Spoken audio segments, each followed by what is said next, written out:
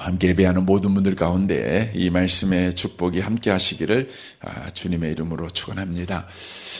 우리가 예수를 믿어 구원을 받았다는 것은 죄와 사망에서 바로 구원을 받았다는 것을 의미한다고 말씀을 드렸습니다.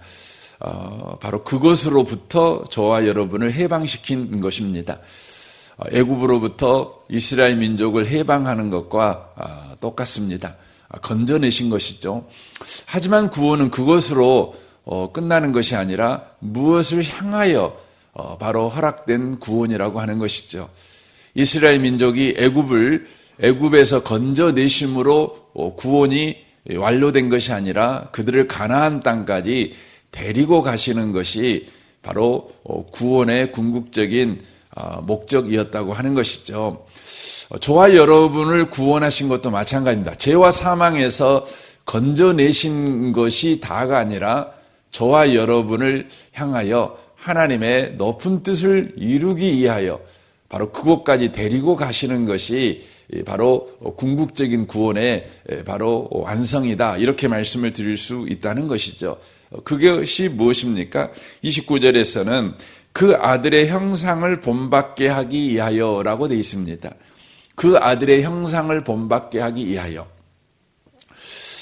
바로 예수님 닮은 삶을 살아가도록 하기 위해서 바로 저와 여러분에게 구원이 허락됐다고 하는 것이죠. 이 일을 이루시기 위해서 우리 하나님께서 예수를 우리가 믿었지만 곧바로 천국에 데려가지 아니하시고 천국 데려가기 전까지 이 땅의 삶을 살아가도록 하나님이 하신다는 것이죠.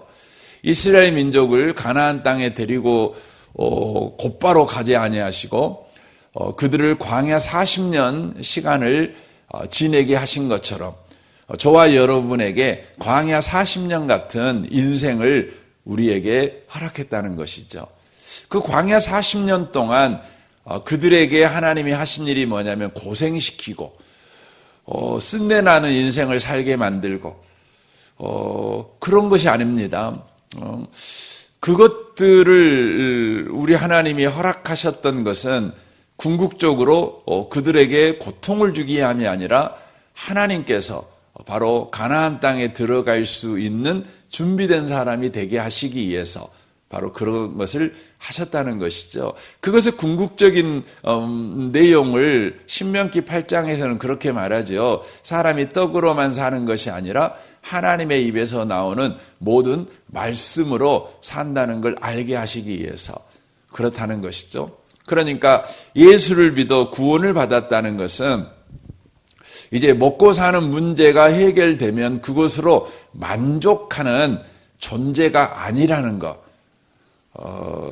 뭐 병 안 들고, 뭐 직장 취직 잘하고, 승진 잘하고, 뭐 돈 잘 벌고, 뭐 좋은 집에 살고, 좋은 차 몰고 다니고, 뭐 사람들한테 박수 받고, 뭐 이렇게 사는 게 예수 믿는 삶이 아니라는 거예요. 세상 사람들에게 세상 사람들이 원하는 인생은 그거 아니겠습니까? 그러니까 뭐 인생 뭐 있어? 뭐 잘 먹고 잘 입고 뭐 편안하게 사는 게 인생이지 그게 행복이지 뭐 이렇게 말하는 거 아니겠습니까? 그런데 알고 보면 사실은 짐승들도 그걸 원하는 것이죠. 그런데 하나님이요, 너는 예수 믿어서 구원받은 하나님의 백성이 되었어. 그러니까 하나님의 백성은 밥 먹고 배부르면 그것이 다가 아니야.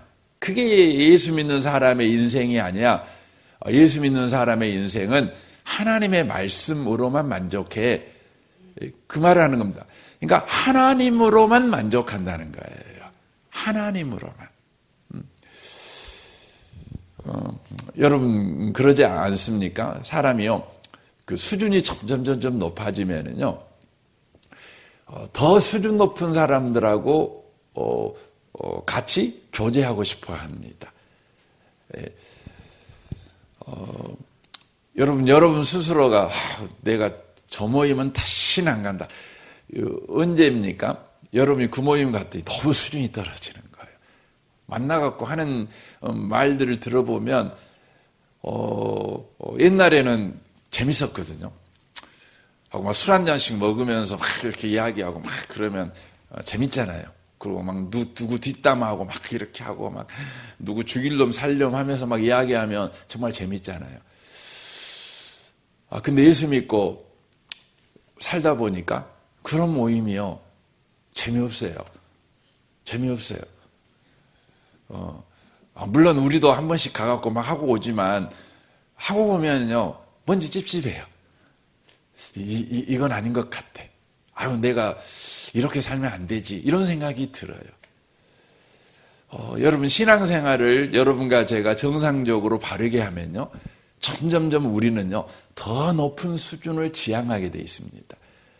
그래서, 우리는 어느 수준까지 지향하게 되냐면, 그냥, 아이고, 저 은혜로운 목사님들, 또 은혜로운 성도님들하고 만나가고, 재미있게 놀고, 감사해요. 그런데 그걸로도 만족이 안 돼요. 우리는 뭘로만 만족이 되냐면 하나님으로만 만족이 돼요. 여러분, 예수를 믿었다는 것은 우리 수준이요. 하나님의 아버지이시고 하나님으로만 우리가 만족하는 높은 수준의 사람이 됐다는 거예요. 그래서 이스라엘 민족이 광야 생활할 때 자기들은 금방 애굽에서 노예 생활했잖아요. 막 맨날 잘못하면 두들겨 맞고 뭐 잘하면 우리의 공로를 다른 사람 낚아채 가버리고 뭐 그렇게 살았어요. 그러니까 인생이 뭐 다 그렇지 뭐 인생은 무능하면 이렇게 당하고 사는 거지 뭐 없이 살면 당하고 사는 거지 이렇게 체념하고 인생을 살았어요. 그냥 애굽에서. 그런데 하나님이 그들 가운데 갑자기 은혜를 내리셔갖고 구원받았어요. 그러니까 그들이 구원받은 거 보면 10가지 재앙을 내리잖아요. 근데 10가지 재앙이 사실 알고 보면 며칠 사이에 다 끝난 이야기입니다. 그러니까 갑자기 노예가 갑자기 자유인이 돼버린 거예요. 그러니까 자기들의 인생은 뭐 별 볼 일 없죠. 뭐 그렇게 뭐 뛰어난 인생도 아니고 예수 믿었다 그래서. 그런데 하나님이 광야 생활을 통해서 너는 정말 수준 높은 인생이야. 하나님 없이는 만족이 안 되는 높은 인생이야. 이걸 광야 생활에서 경험시켜 주는 것입니다. 굉장히 중요한 것이죠. 그러니까 여러분과 제가 예수 믿고 나서 인생의 다양한 우여곡절을 겪습니다. 그 겪으면서 우리가 알게 되는 것이 있어요. 하나님이 아니면 해결이 안 돼요. 그러니까 하나님이 개입하지 않으면 해결이 안 되는 인생을 경험합니다. 예수 믿기 전에는 우리가 좀 노력하면 해결이 돼요. 우리가 조금 애쓰면 해결이 돼요. 근데 예수 믿고 난 다음에는요. 하나님이 우리 가운데 일하지 않으면 이게 해결이 안 되는 거예요. 그러니까 하나님 수준이 필요한 인생이 돼버린 거예요. 하나님의 능력이 필요한 인생이 되었고 하나님의 지혜와 하나님의 역사하심이 필요한 인생이 된 거예요. 그러니까 얼마나 높은 수준이 됐는지 여러분 아시겠죠? 아시겠죠? 그렇게 된 거죠. 그러니까 우리가 보면 수준이 높은 사람을 보면은 그 수준이 낮은 사람들은 그냥 돈 뭐 10,000원만 주면 해결돼 버려요. 동사무소 직원이 와서 말하면 해결이 돼요. 근데 수준이 높은 사람들은요, 여러분 그렇게 되는 게 아니에요. 대통령이 나서야 돼요. 그래 해결이 돼요. 하나님이 나서야만 해결이 되는 거예요. 이 아침에 오신 복 있는 성도 여러분, 우리는 그런 인생이라는 걸 확인하게 하기 위해서 우리에게 광야를 주신 것이죠. 근데 그 광야가 결국 우리의 수준이 그러하다는 것을 알 뿐만 아니라 우리가 그런 수준의 사람이 돼야 된다는 것. 우리가 그런 수준의 사람이 되었지만 우리는 그런 수준에 걸맞는 사람으로 삶을 못 살잖아요.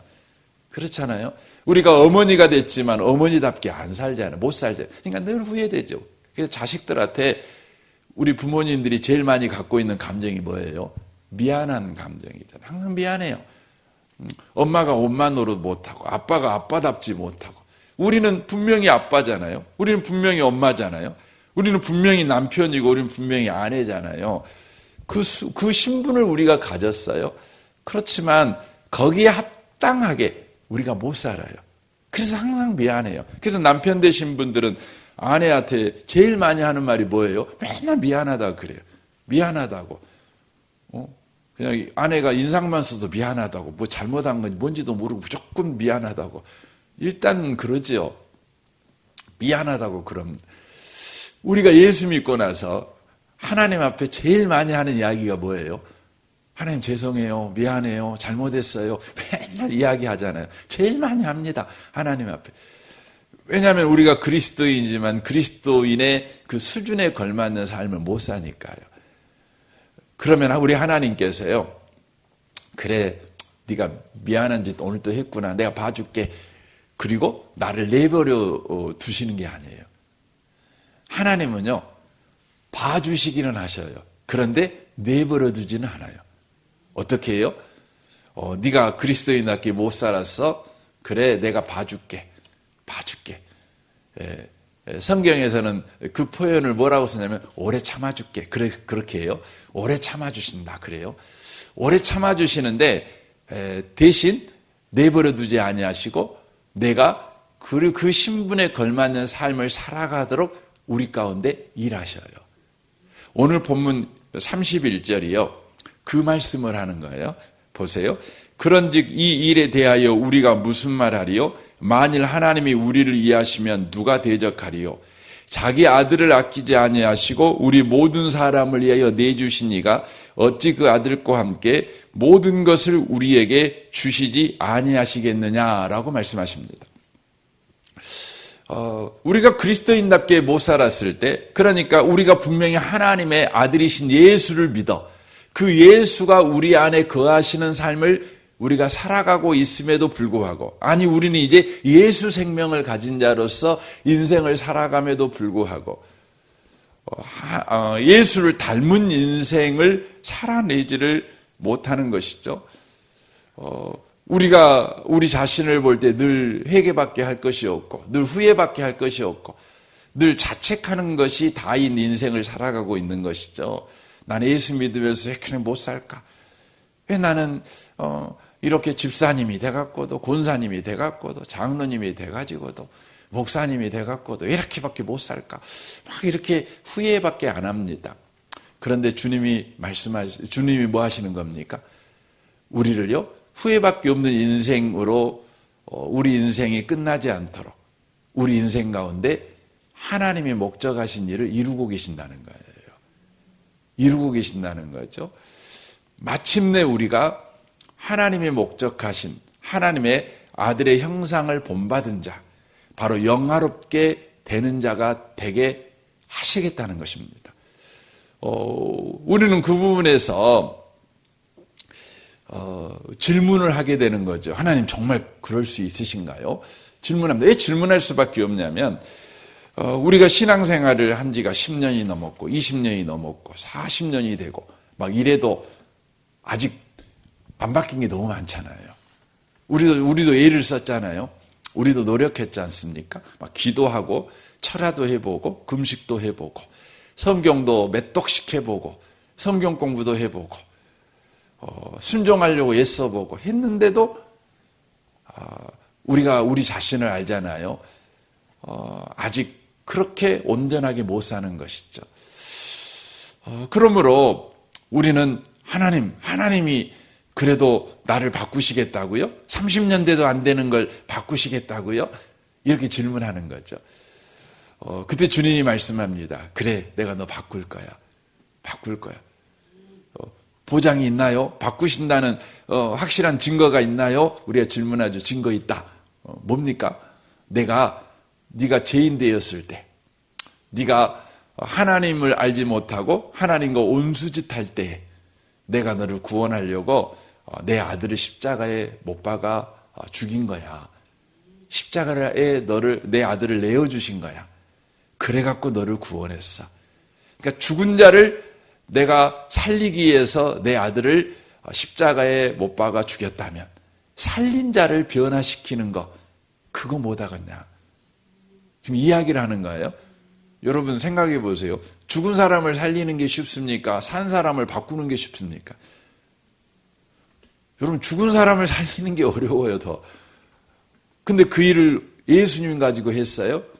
그런데 이제 그 예수님을 가지고 이제 살아난 우리를 바로 하나님의 형상을 가진 자로 바꾸시겠대요. 그러면 그거 가능하죠. 가능하죠. 그래서 예수님으로 그 약속을 우리에게 보증해 주시는 것이죠.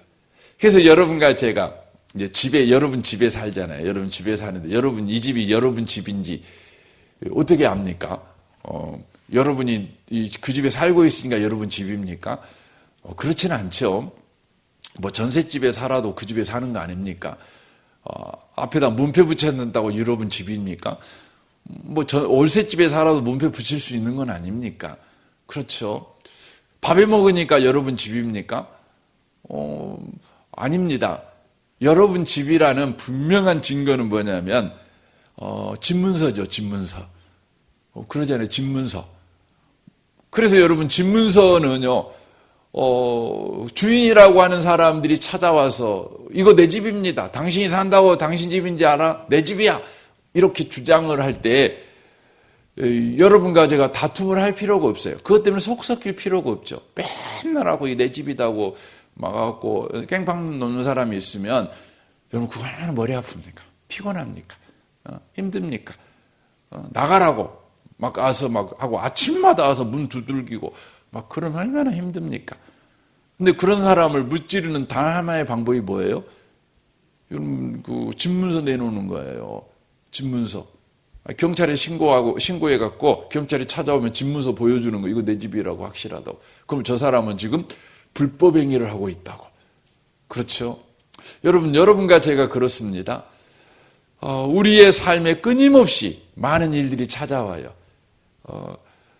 병도 찾아오고 실패도 찾아오고 갑자기 분노도 찾아오고 우울 감정도 생기고 마귀가 역사하고 갑자기 뜬금없는 생각도 들고 뭐 불신앙도 들고 여러 가지 것들이 내 삶에 찾아옵니다. 찾아와서 말하는 거죠. 네가 예수 믿는다고? 네가 예수 믿는 사람답게 그렇게 변화될 거라고? 야, 말도 안 되는 소리 하지 마. 하고 우리를 계속해서 너는 예수 믿는 사람처럼 살고 있지만 너는 척하지 진짜 예수 믿는 사람이 아니야. 너 봐봐. 네가 고꼬라지여가지고 네가 예수 믿는 사람이라고 막 끊임없이 우리한테 말을 하는 거죠. 그때 우리가 예수 믿는 사람이라는 걸 확실히 보여줘야 됐죠. 나 주일날 교회 간다. 이건 갖고는 안 되는 거예요. 나 기도한다. 이거 갖고도 안 되는 거예요. 나 성경책 읽는다. 이거 갖고도 안 돼요. 나 예수 믿는다. 이거 갖고도 안 돼요. 뭐 갖고 되는 겁니까? 집문서를 내놔야 돼요. 여러분 예수가 난리의 십자가에 죽었다는 거예요. 예수님이에요. 예수님. 예수님을 내놓는 거예요. 여러분 그때요. 마귀가 한 길로 왔다가 7길로 도망가게 될 줄 믿습니다. 여러분과 제가 분명하게 우리가 변화될 것이다. 우리가 영화로운 자로 변화될 것이다. 예수 바로 본받은 자가 될 것이다. 이것의 가장 강력한 증거가 뭐냐? 바로 그것은 예수님이라는 것입니다. 그 예수님께서 십자가에 죽으시기만 했을까요? 아니에요. 예수님이 십자가에 죽기만 한 것이 아니라 그 다음 한번 봐보세요. 33절 보십시오. 누가 능히 그 하나님께서 택한 자를 고발하리요? 의롭다 하시는 하나님이시니 누가 정죄하리요? 죽으실 뿐 아니라 다시 살아나신 이는 그리스도 예수시니 그는 하나님 우편에 계신 자요 우리를 위하여 간구하시는 자신이라 라고 말씀하시라고. 누가 우리를 고발하겠어? 너 그렇게 못 살아. 너 안 돼. 우리한테 백날 말해봐도 우리에게는 확실한 집문서가 있어요. 우리에게는 확실한 법적 지위가 있어요. 우리의 지위는요, 감정의 지위가 아니에요. 우리의 지위는 경험의 지위가 아니에요. 우리의 지위는 법적 지위예요. 법적으로 너는 하나님의 자녀야. 이렇게 했어요. 어떻게 해요? 예수님의 피 묻은 십자가의 도장으로 확 찍어버렸어요. 그래서 영원한 법적 지위를 우리는 가지고 있어요. 그런데 그 법적 지위를 얻게 하신 그 예수님이 어떻게 하셨냐? 죽은 자 가운데 3일 만에 부활하셨어요. 부활하셨어요. 사망을 이기고 부활하셨어요. 우리를 유혹하고 우리를 넘어지게 하는 모든 것을 다 밟아버렸어요. 마귀를 우리 주님이 밟아버렸어요. 그리고 지금 예수님이 뭐하고 계셔요? 하나님 우편에 앉아 계셔요. 하나님 우편에 앉아 계신다는 말은 우리를 세상을 통치하고 있는 거죠. 통치하고 있죠. 그뿐만 아니라 우리를 위해 간구하셔요. 이 말은 무슨 말입니까? 세상을 통치하시는데 그 통치의 목적이 뭐냐면 우리를 위해 통치하고 계시는 것입니다. 간구한다는 말은 기도한다는 거 아닙니까? 하나님 아버지께. 그러니까 여러분 자식을 위해 잘 되라고 기도하지 않겠어요? 여러분이 분명히 그러잖아요. 요즘 내가 자식이 기도하고 있어. 그러면 못 기도하고 있겠어요? 뻔하죠. 자식 망하라고 기도하고 있겠습니까? 자식을 위해서 기도하고 있겠죠. 예수님이 뭔 기도하고 있겠어요? 우리를 위해 기도하고 있겠죠. 우리 잘 되라고 기도하고 있겠죠. 근데 우리를 잘 되라고 기도하시는 그분이 누구시냐면 죽은 자 가운데서 부활하신 분이시고 하나님 우편에 지금 앉아 계신 분이셔요. 그러므로 우리는 반드시 하나님이 목적하신 아들의 형상을 본받은 자, 영화로운 자가 될 수밖에 없다는 거예요. 이것을 이루기 위해서 지금 우리가 어디에 살고 있느냐? 바로 예수 믿은 후에 천국 가기 전까지 이 인생을 살고 있는 거예요. 그러니까 인생이라는 게 뭐예요? 인생이라는 것이 불교가 말하는 고해다, 고통의 바다야 아니에요. 인생은 뭐예요? 하나님이 일하시고 있는 현상이에요. 하나님이 하나님의 뜻을 이루고 있는 현실이에요. 우리는 천국 가기 전까지 우리는 이런 인생을 살 겁니다. 하나님만으로 만족하는 하나님의 뜻이 이루어지는. 그래서 욥기서에 보면 그렇게 돼 있잖아요. 주님께서 나의 갈 길을 아신대요. 그래서 어떻게 합니까? 우리를요, 이 풀무불에 단련하신대요. 근데 이 풀무불이 뭐예요? 우리 인생입니다. 근데 단련한 이유가 뭡니까? 우리를 그냥 불태워 없애버리려고요? 우리를 고문하고 있는 겁니까? 아니에요. 정금같이 나오게 하려고요. 우리 옛날 개혁 한글에서는 정금이라고 됐는데 지금 한글에서는 우리 성경에서 순금으로 돼 있어요. 완전한 금으로 나오게 한다는 거죠. 불순물이 하나도 없는.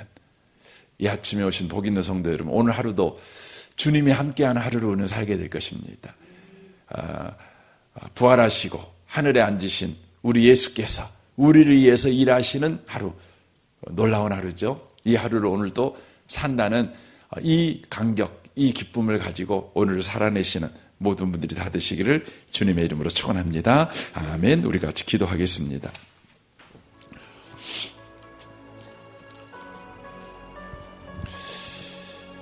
오늘 말씀에 의지해서 여러분 자신을 위해 기도하시고 가정과 또 자녀와 부부관계 또 부모관계를 위해서 기도하십시오.